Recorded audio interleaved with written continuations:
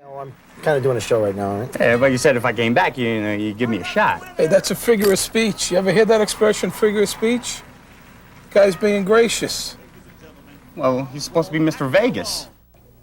Welcome back to the Entertainment Files. Well, we're really pleased to welcome our next guest, Steve Schirripa, who is not only the entertainment director of the Riviera Hotel and Casino, but he's actually found time for a second career as an actor. And among his credits, he's worked with Martin Scorsese, Robert De Niro, and he was recently featured in the Drew Carey Mr. Las Vegas special. And we're happy to have you here with us, Steve. Thank you very much Thanks, indeed. Steve. All right. That's pretty amazing. So, like, it's not enough work for you to be the entertainment manager for a major hotel in charge of their live entertainment. How did you ever, what was the first time somebody said, do we want you to be a character actor? And Well, Bruce Baum.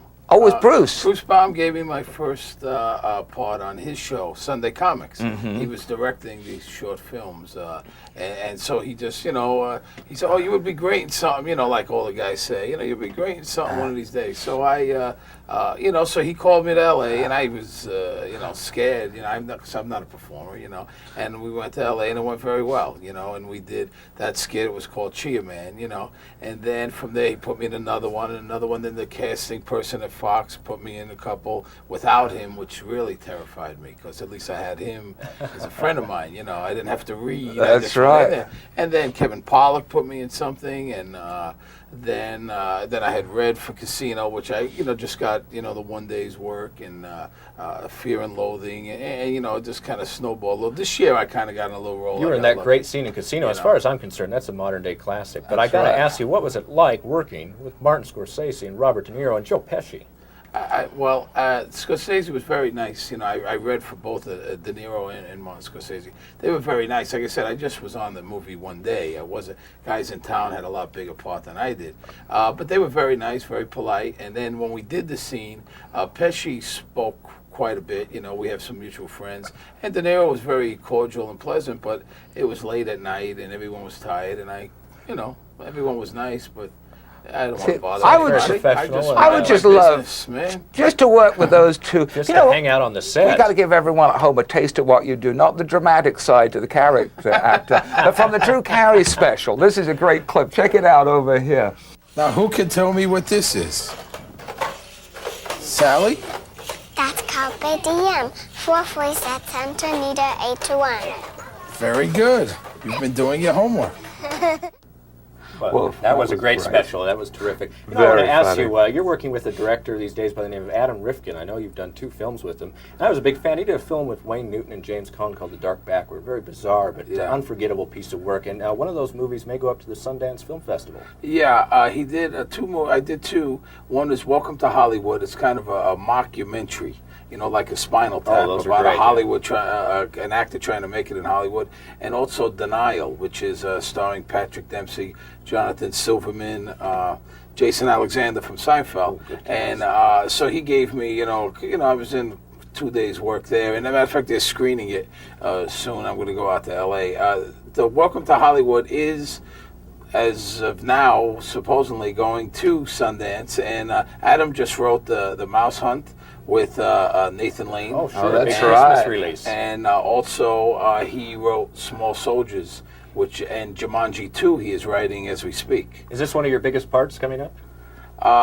Yes, the Welcome to Hollywood is my biggest part, and it's very, very, very funny. He's a hell of a nice guy, and we kind of hit it off, and he threw me a bone, shall they say. Well, congratulations. I'm very excited for and that. I have to say, within this business, you may blush, but the reason that people do this is because people really like dealing with. In the comedy world, there's lots of people who book things, but you're just known as somebody who is so straightforward. When you say you'll do something, you do it. But that's only the people that I book like me. Well, it's the people that I don't book. You'll never get the people You'll who get a lot of calls in on this show. But you know what? There are people who like you and book you who still don't behave like that, and I think that's one of the reasons that you've had that. I mean, it's you know, I mean, I've been doing this quite a while now, you know, especially dealing with the comics. It's 12 years at the Riv. That's right. And now we do the Four Queens, you know, downtown. And look, you know how comics are. I'm not knocking them, but it's a strange breed. You know, it's never enough. If you book a guy 10 times a year, why aren't you booking him 12? That's if you right. don't book him at all, it's... I only got 9 weeks, Steve. What's see, the you're deal? one of those Now I'm guys. upset. What's your great Steve Schirripa quote? Well, I loved it because a comic was telling me that he came in, he was in your office, and a comic came in kind of showing off a little bit, and he said, well, this guy's great. What do you oh, I'll tell it. It's very funny. And he said, you got to give him some work. This guy's great. He's the best. Would you give him some weeks? And what did you say? I said, sure, I'll give him your weeks. I love that. I'm more than happy to help them out. Oh, now suddenly they have a different attitude. right. Oh, They no, become not right. my weeks. Well, everyone fights to get in because I think your comedy club at the Riviera is probably one of the best in the country, certainly the best in Vegas. Absolutely. It's a wonderful We group. have some of the best talent, and it's been there. We're doing very well, and a lot of guys. I mean, you headline for me, and some of the best acts. I believe we do have the best acts. It is. I It's think nice you if you're do. local to have that reliability to go to that club and always know the best Exactly. talent is there. Yeah, But, you know, we have something we throw at every guest. You're no exception. And that is movie picks. Which movies would you take with you to a desert island if you just had the VCR and 5 movies? We always ask for those guilty pleasures. That's right. Give them boy. to us. Broadway Danny Rose. Broadway Danny Rose. Great movie. Great movie. Classic modern. I know a lot of agents like that. That's out right. here in Las Vegas. They live here. We won't mention names. No names, but we know who we're talking about. And the next one, Of course, The Godfather. The Godfather, a Great movie. classic. Atlantic City. Atlantic City. Wonderful Atlantic movie. City. Movie from 1980 should have won Best Picture. That is Absolutely. one of my favorites. Yeah, 2 more. Let's see.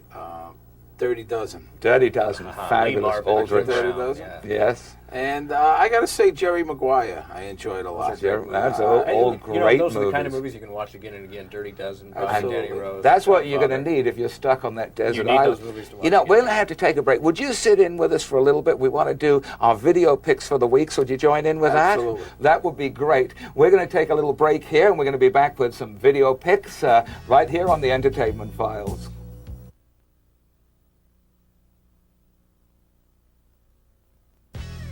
Welcome back to the Entertainment Files, and as you can see on your screen, the answer to the question, what 1986 Brian De Palma gangster comedy paired Danny DeVito and Joe Piscopo? And of course the answer is Wise Guys, and that was a real change of pace for director Brian De Palma. He's really known for showing the darker side of gangster life in movies like The Untouchables and Carlito's Way and Scarface, which is my video pick, and I'll tell you why. Back in 1983, that movie got a bad rap. It's worth checking out again. It's 3 hours long, it's epic in scope, a wonderful performance from Al Pacino, and a very good performance from Michelle Pfeiffer. Check it out again. Absolutely, and on that theme, I have to say it was part of the Pacino gangster trilogy that I enjoyed. Carlito's Way, very overlooked, a tremendous movie, and also his new one, Mike Newell's movie, Donnie Brasco, is a tremendous pick. But I have to throw in one, whilst we're on that gangster theme, an English movie, The Craze by Peter Medak, a very fine movie. Do you have a favorite one of those that we can tell them to go out and rent for the weekend there? I'm going to have to take a pass. Wise Guys. Wise Guy. Well, you really enjoyed Wise Guy. There was Joe a funny scene, Piscopo. the scene where Danny DeVito comes out and he starts the car, you know, because he's working for the, and you see the street clear. It was a funny scene. That's right. You know, and I'm in that English mode too. We love that genre, gangster movies, and The Godfather has come up with every guest. It's really amazing. hits people emotionally. That Emotionally. movie, they can't forget it. But there's another great one that if you haven't seen it is well worth seeing, and that is The Long Good Friday, and that stars Bob Hoskins, and it's a classic English gangster movie, and it's quite funny to see those genres played out in a different country. It is, and of course the most unique of our picks is The Craze, because there was a different weaponry used, and it was a very savage, frightening mobster film, and I know that was your pick, but I would have loved it to have been mine too, Well, 'cause that's a great movie. It was, because they used swords. Instead And of it's a guns. true story. And the Cray brothers, identical twins, and they decided they needed to scare everybody. So instead of knives or guns, they had swords. awards. And I mean, it was a very powerful movie. It is a powerful movie. And of course, all of these picks are out on video, and they're worth, if you've seen them, haven't seen them in a while, see them again. They're all great movies. Absolutely. And we recommend going to the Comedy Club to see the acts that you've handpicked down there. Always a great evening down there. We want to really thank you for being with us on this. And it's inspirational, really, to see someone who's been able to do something which is as time-consuming as you have doing what you do at the hotel, but to become this eagerly sought-after character actor. Well, that's something that I think is very impressive. And I'm going to be up at Sundance this year, and I'm going to be watching your movie, and I'm going to tell the people around me, I know that guy. Beautiful. That's Very Steve good. Schirripa. That's right. Well, thank you very much for joining us on the show today, Steve. It has been our pleasure to sit here, as always, gossiping with our guests. Thank you for joining us. It wouldn't be worth it unless you were out there. We'd just be rehearsing. So come back next week and join us for more Entertainment Files.